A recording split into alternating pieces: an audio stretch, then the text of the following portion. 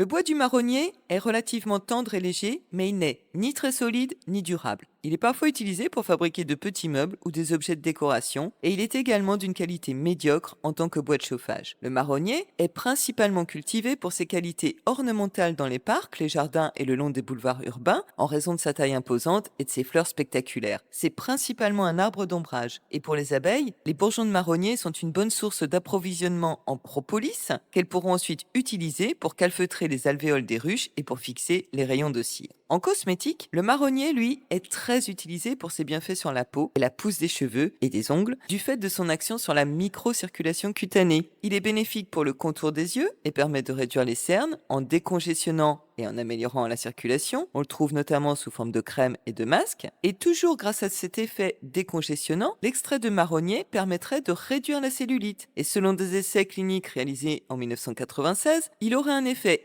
hypoglycémiant et permettrait donc aussi d'aider à perdre du poids. Depuis 1985, le marronnier est victime de la larve d'un papillon originaire des Balkans, Cameraria horridella, qu'on appelle couramment la mineuse, et qui ravage les populations de marronniers à travers toute l'Europe. Cette chenille ravageuse se nourrit des feuilles du marronnier et les dévore de l'intérieur. Elle fragilise ainsi les jeunes arbres et provoque la chute prématurée des feuilles en été. Le marron d'Inde est connu pour son effet insecticide, notamment contre les mites alimentaires. Et si vous êtes confronté à ce problème, plutôt que d'acheter les produits du commerce qui attirent les mites en diffusant des hormones femelles et qui ne règlent jamais le problème, je vous conseille de ramasser à l'automne de beaux marrons et d'en placer dans vos placards de cuisine, près de vos réserves alimentaires et dans tous les endroits où vous avez des mites, car elles détestent l'odeur des marrons. Et vous serez surpris du résultat immédiat de cette astuce oubliée. Et par ailleurs, les marrons éloigneraient aussi les araignées.